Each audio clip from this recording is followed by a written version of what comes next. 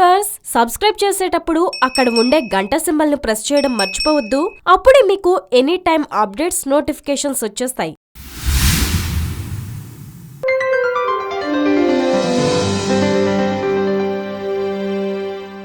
దాయాది పాకిస్తాన్లోని లాహోర్ పట్టణం నుంచి చూస్తే మన జాతీయ పతాకం సగర్వంగా రెపరెపలాడితే ఎలా ఉంటుంది?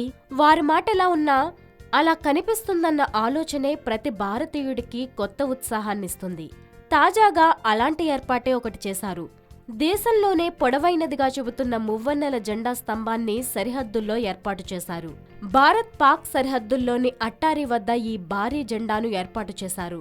పాక్ సరిహద్దుకు కూతవేటు దూరంలో ఉండే ఈ ప్రాంతంలో 360 అడుగుల ఎత్తులో జెండా స్తంభం, 24 మీటర్ల వెడల్పు, 55 టన్నుల బరువుతో ఏర్పాటు చేసిన ఈ జెండా ఇప్పుడు అందరి దృష్టిని విపరీతంగా ఆకర్షిస్తోంది.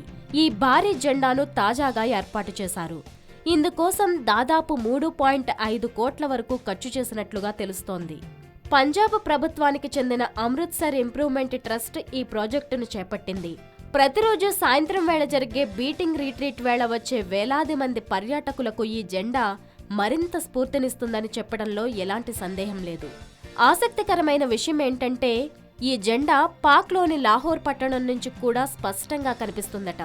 ఈ జెండాను ఏర్పాటు చేసిన వేళ భారతీయులే కాదు, సరిహద్దు అవతల ఉన్న పాక్ జాతీయులు కూడా ఎంతో ఆసక్తిగా చూసినట్లుగా చెబుతున్నారు.